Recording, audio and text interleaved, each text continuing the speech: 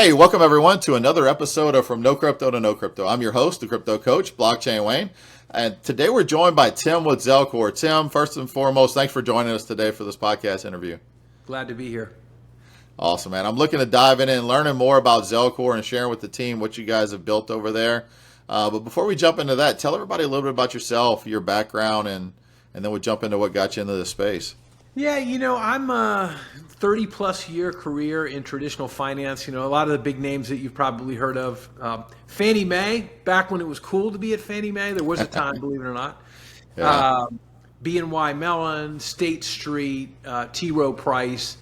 So I've been around the whole circle of financial investments from kind of concept to sale to ownership, et cetera. And so I spent a disproportionate amount of time in the wealth management area, and I left when I was running the wealth management business for BNY Mellon. So learned a lot about the business, but learned a lot about sitting across from people who had a lot of skin in the game and having them understand what we could do for them as a service. Awesome. So I guess the next question would be what brought you into this space, into the decentralized sphere?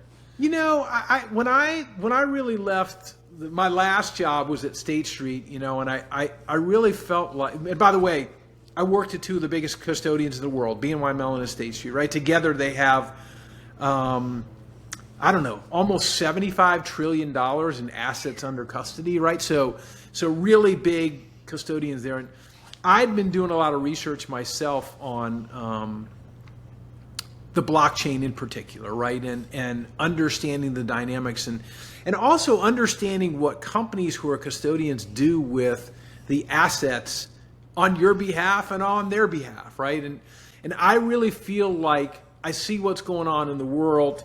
I see what's going on in finance, and I really feel like that's where we're the creator economy. Like there are so many things pointing towards the need for a re-platforming of the back end, right? And I think for the longest time we've talked about fintech, and fintech is kind of, there are nice things in there, but it's kind of makeup on the pig.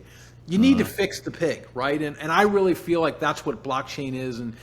And so when I got this opportunity to get in here, I was really excited about it. And so preparation met opportunity, right, for me.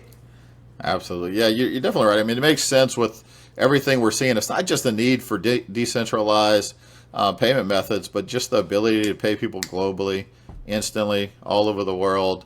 So that definitely makes sense. So let's tell everybody a little bit more about what Zelcore is. As I was mentioning before we started this recording, and I'll share this with the crowd, was in the past, I've introduced projects we work with as wallet companies, but you guys are so much more than a wallet.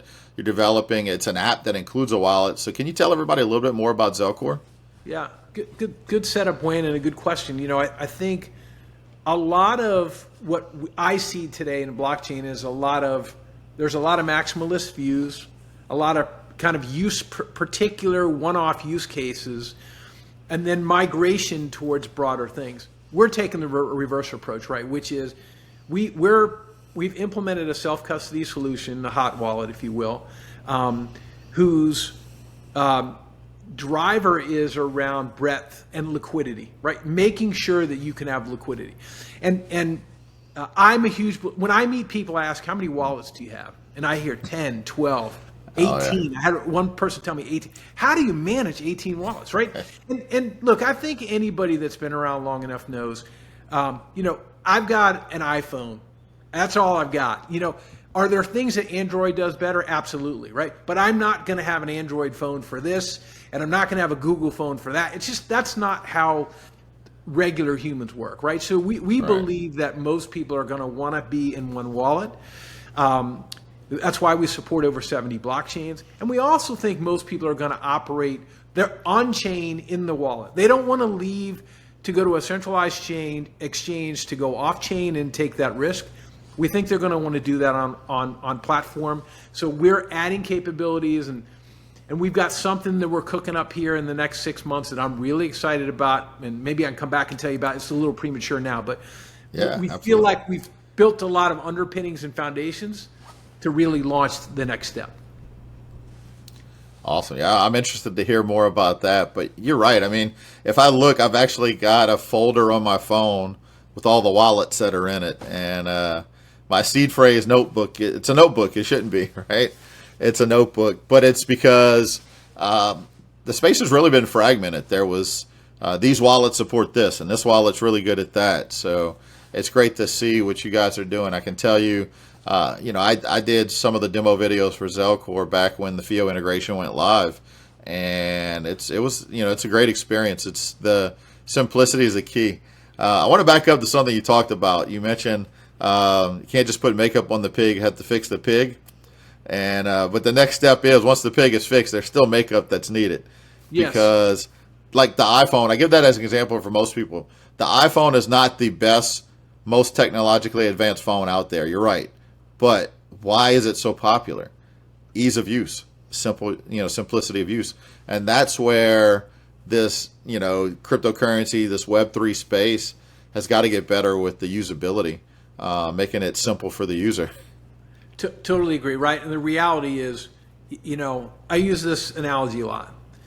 People know what the internet is. And frankly, I have an 84-year-old mother-in-law, and I was with her last week, and we were walking through the phone, and I was trying to even understand the difference between mobile and phone and cellular data. Like, they don't want to know that or need to know that, right? And so the phone should isolate them for that. And I think this is where we're struggling a little bit in the blockchain industry is, hey, do you understand what layer 0 versus layer 1 and layer 2 mean? Do you understand the difference between a seed phrase? We're putting too much of the technology on people. It's a complex implementation to start with. When you put the technology in there, I think it makes it really hard. We'll get over that one and we'll figure that one out. And we're really built around that premise of, simplicity is sophistication. So how do we take the complexity out and make it really simple for people to use? I don't, even in the dApp world, you think about how many interfaces. Wayne, you're an advanced user, right? And my guess is we have a pretty big, and the majority of our population is more advanced users, right? They tolerate a lot more pain. Absolutely. Oh, they'll try it 10 times because it doesn't work the first 9, That's not how mass adoption is going to grow. You're spot on. We have to solve this problem and make it really easy for people to get in. Yeah, you're right. I mean, those friction points that the average user for mass adoption would hit, that's going to be that they're going to bounce back to what they're comfortable with. Guess what? Those centralized systems, centralized finance, for them, it's worked. And most people won't migrate until they're forced to. Now, there's those in the space have even been lazy when it comes to leaving stuff on exchanges, not managing their own keys. But there's been a lot of either people learning the hard way and being part of these incidents that have happened over the last year with like Voyager, Celsius, FTX, and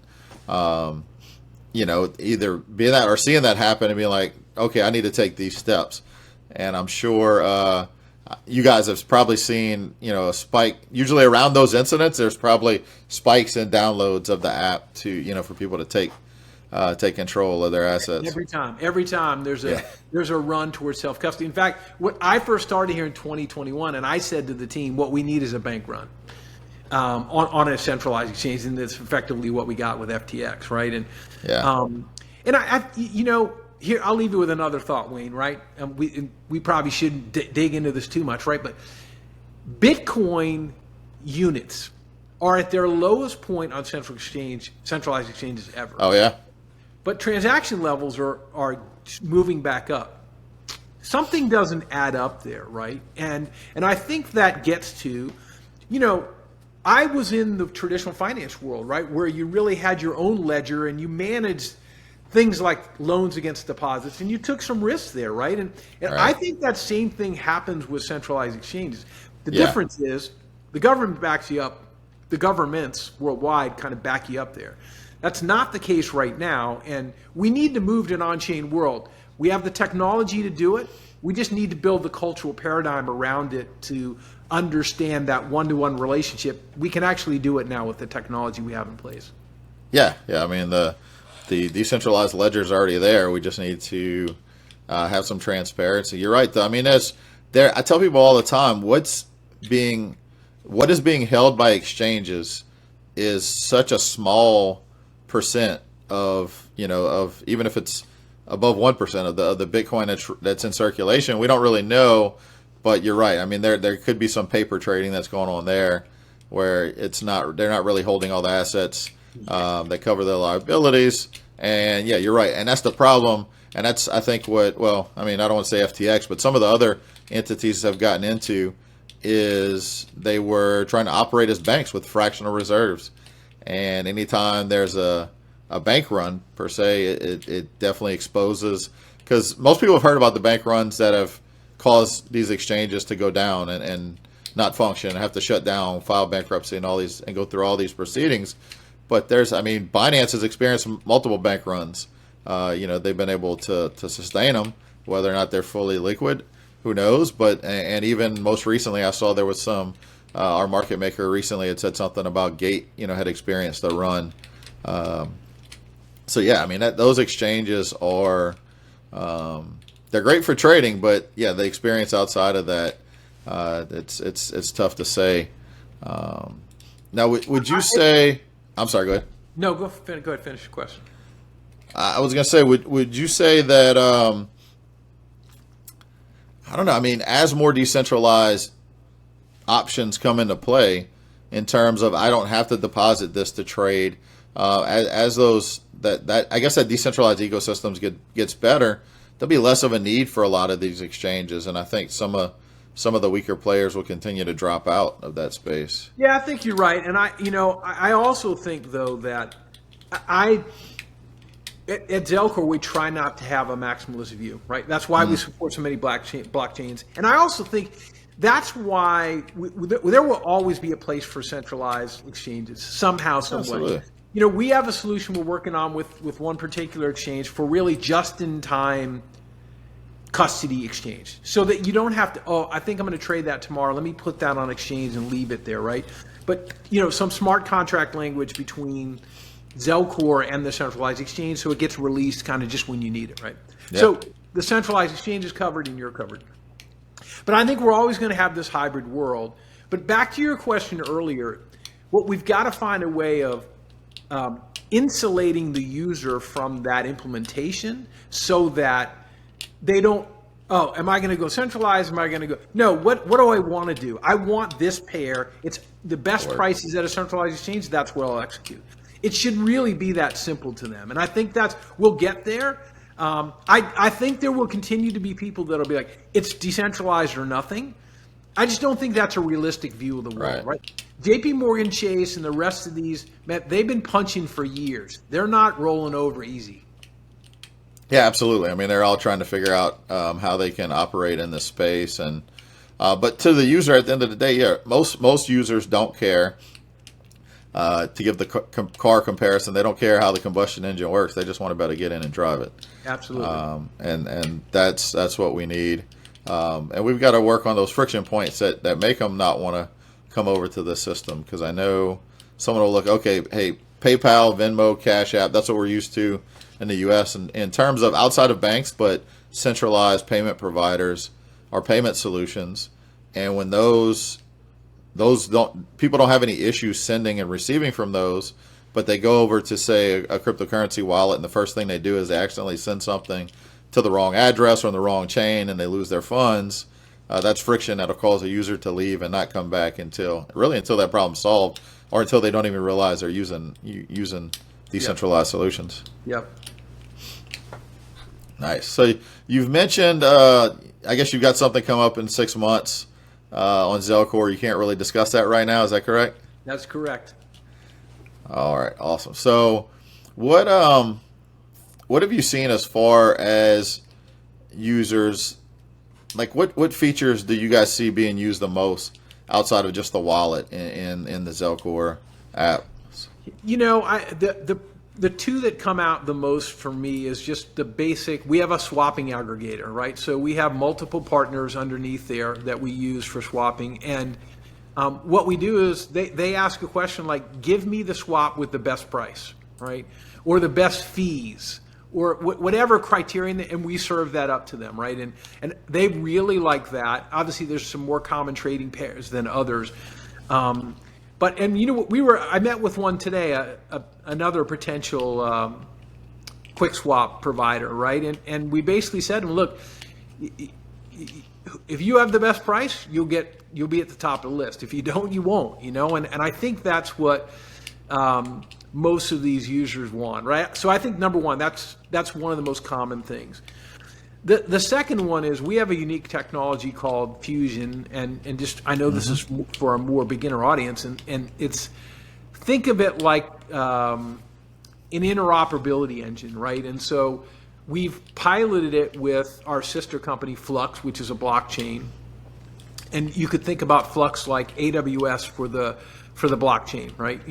Decentralized computing power that you can pay for with crypto, and we've used that in a parallel asset way, so that one of the problems Flux had was that it wasn't exchanged it wasn't traded on every platform, right?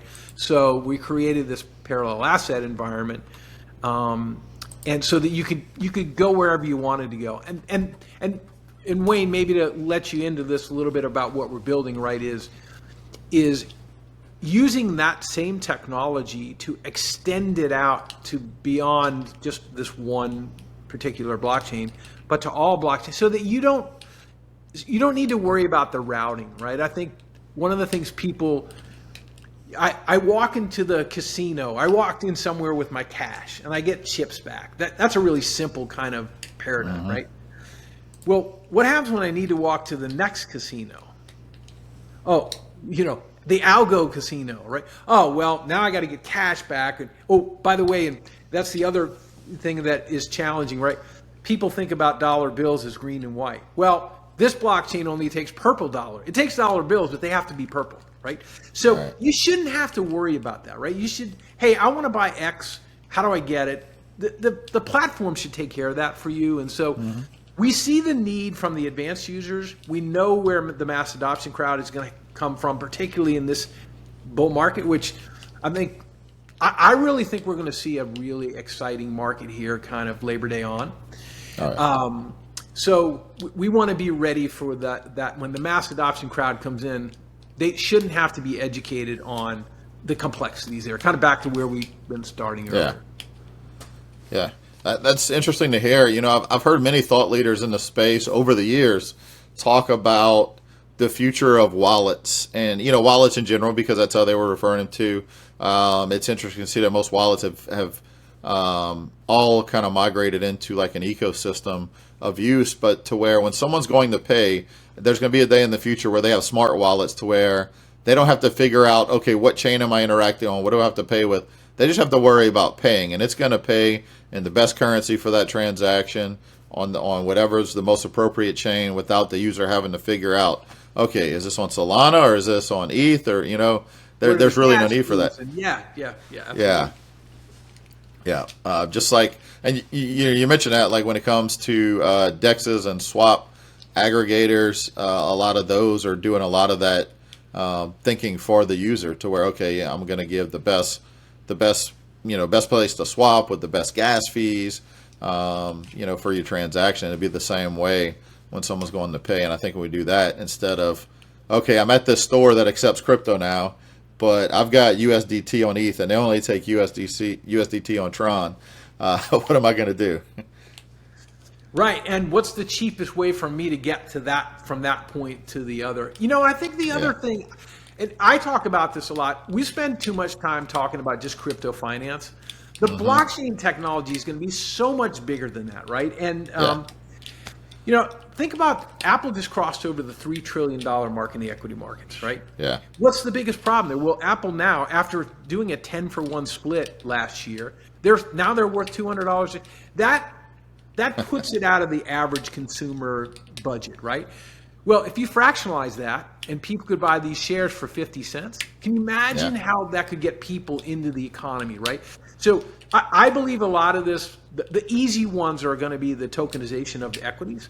But I do believe it's going to be real estate. It's going to be a lot of these things that you can really get down to smaller units, more participation from the economy, particularly those in the unbanked section of the world.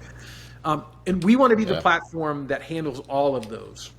not just the ones that are on Bitcoin or ETH or something like that. We want to deal with them all and have them all be in one place, so that you can have your own vault. And we've got our own thoughts and technologies about how you have kind of think about your wallet that has cash and your safe deposit wallet that's at home that has your really big money that you don't want to worry about.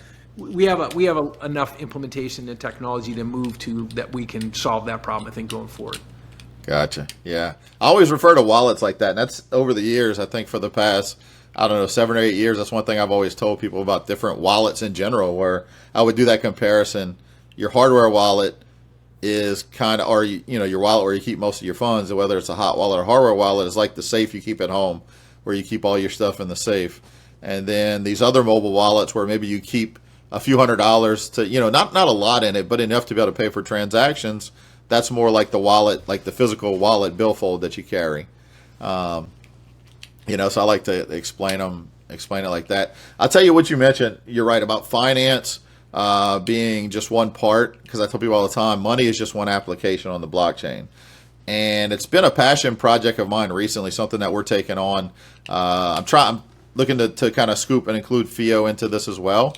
But helping businesses understand emerging tech, that crypto is more than just money.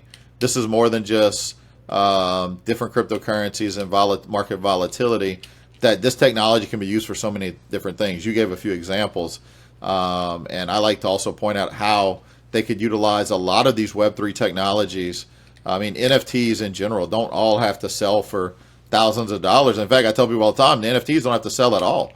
That could be your loyalty reward program, or that could be a way that you connect directly with your user, because you can see every wallet that's holding this loyalty NFT that you gave out. So many different use cases that we've started doing workshops. We tested them out in New Orleans, but it's called Emerging Tech Workshops, where we bring in business owners and business professionals and show them, hey, this is how Web3 technology. And we had to tie in that whole emerging tech, because every time we only done a couple, but every time I do one, they ask about AI as well. So we lumped in emerging tech, because I think those kind of, in some cases, can go hand in hand.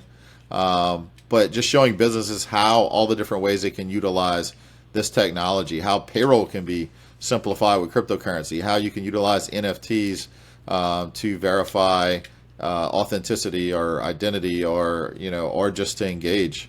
Yeah. Wayne, think about that a little further, right? So Elon Musk just announced that he's going to start his own AI company, right? And the first thing he's going to do is spend $1 billion in buying NVIDIA GPUs, right? And so that's computing power, not just for the AI engine, but for looking at the data, sorting the data, right? So look, the whole economy drives around data. And what happened in the internet, period, which is kind of late 90s to today, is people went from a place of having all of their data here to giving it over to companies and then putting it in the cloud. It just kind of got it got more and more advanced. And what those companies did was they monetized that data, right? So now we've got, and the only reason you could do that at scale was those big companies had the technology, right?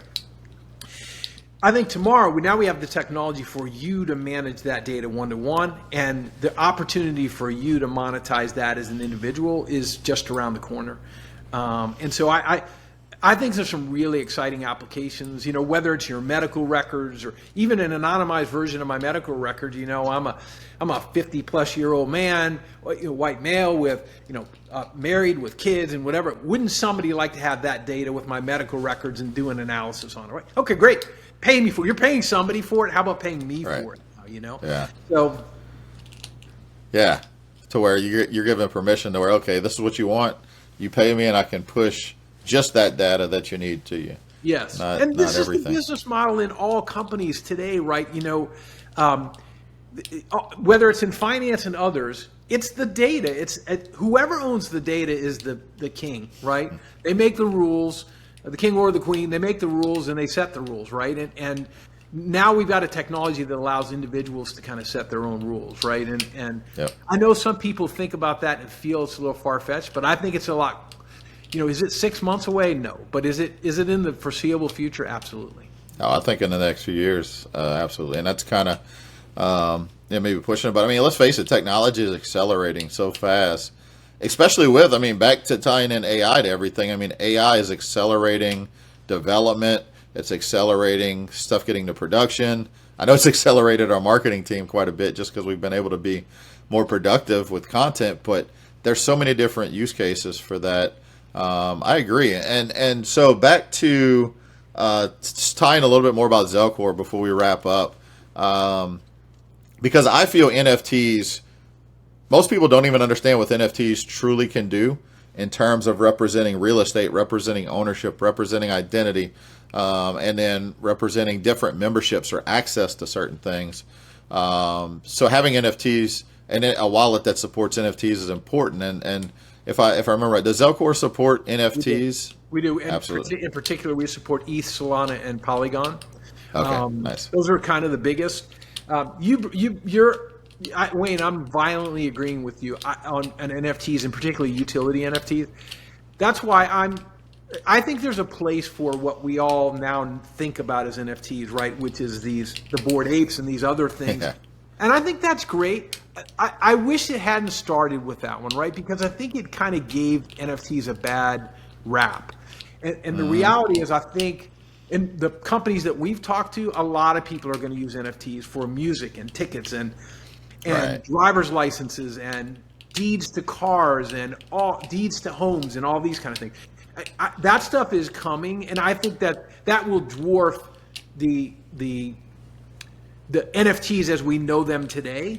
They'll still be there, and I think that part of the process will grow. But I think the more utility NFTs will just grow exponentially. Yeah, the biggest question I've had, you're right. I mean, some of those early iterations of NFTs have given the space a bad name to people that don't really understand the potential. But I've had this debate recently. Are we going to fix the image of NFTs, or is it going to get to a point to where the technology is being used, but we're not even calling it NFTs? We're calling it digital ticket, digital access pass, digital membership. So that's kind of what's yet to be seen. But I think, yeah, you're definitely right. I think you're probably right. But, here's what I think what changes that, right? Starbucks rolls out on Polygon with their loyalty reward program, one of the biggest in the world globally. Odyssey, yeah. That thing's a winner, and people don't care what it's called. And you're probably right. The words change. And look, we all get hung up too much on words, like the Web3 word. What does that mean? Blockchain, what does that mean? You don't need to know, right? It's the next evolution of the internet. That's what it is. And the words will always change. And you're right. They'll settle on Coke and Pepsi when we're done. Yeah. And I joke about eventually even crypto in general is not going to be even referred to as that. I mean, we stop calling something by the technology and we just call it what it is or what it's used as. Yeah. Yep. Cool. All right, Tim. So as we wrap up, man, tell everybody where they can find out more. Obviously, I want them, anyone listening, to go and check out the Zelcore app if you haven't already. So tell them where they can find out more information about Zelcore. Well, a lot of places, right? We have partners like you guys, and a lot of connections there that way. But we're on the web, Zelcore.io. Our Twitter handle is at Zelcore.io. I would say we do a lot of communication via Twitter. We do it on Instagram and Facebook and other places as well. But if you want to really stay up to speed on Zelcore, I would say do it through Twitter. That's where a lot of it's going on for us. Awesome. So definitely make sure everybody get in and take care of that. So Tim, as we wrap up, any final words, any parting words for anyone that may be listening? We're really excited about this. I'm looking at Wayne and he's giving me the same smile, which is I think everybody that's in this ecosystem feels like we're on the precipice of something big. Whether it's ETFs from the spot ETFs from the big boys, right? Think about Fidelity and BlackRock, $15 trillion in assets under management. Even if, what's the recommendation? 5% of your portfolio going into crypto? Right. I mean, think about the math there, right? On a really closely held asset, I'm come from the equity world. The level of transparency, you can see how many people hold Bitcoin, where they hold it, and how long they've held it. That's the kind of data you would never get in the old world. You wouldn't, right? Right. So it's a really exciting thing. I take the time to educate you on it. I'd strongly encourage you to start with a multi-asset wallet. Zelcore would be a great solution for many people, but even if it isn't, I would start there. I think too many people have started with the MetaMask of the world, et cetera, and that's just an ETH. That's just an ETH view, an ETH derivative view of the world, and the world is going to be much bigger than that. Yeah, absolutely. I definitely agree with that. I look forward. I still sometimes use a MetaMask only when I need to connect to certain things, but it's so much easier to have a multi-asset to where, okay, I can't send my Bitcoin to MetaMask. So, where does that go? And same thing with other currencies. We're going to live. You mentioned it earlier, and I agree with what you said earlier about multi-chain. The future is going to be multi-chain. Let's face it, different assets and different chains operate better for different things, and we'll have different levels of adoption. And even success doesn't equate to everybody in the world using your technology. If one particular sector decides to adopt that particular chain and use it for what they're doing and create an ecosystem there, that's important. Absolutely. Cool. All right, Tim. So thanks again as we wrap up. Thanks again for joining us today. Thanks, everybody, for listening. And we'll catch you on the next episode. Have a great day, everybody.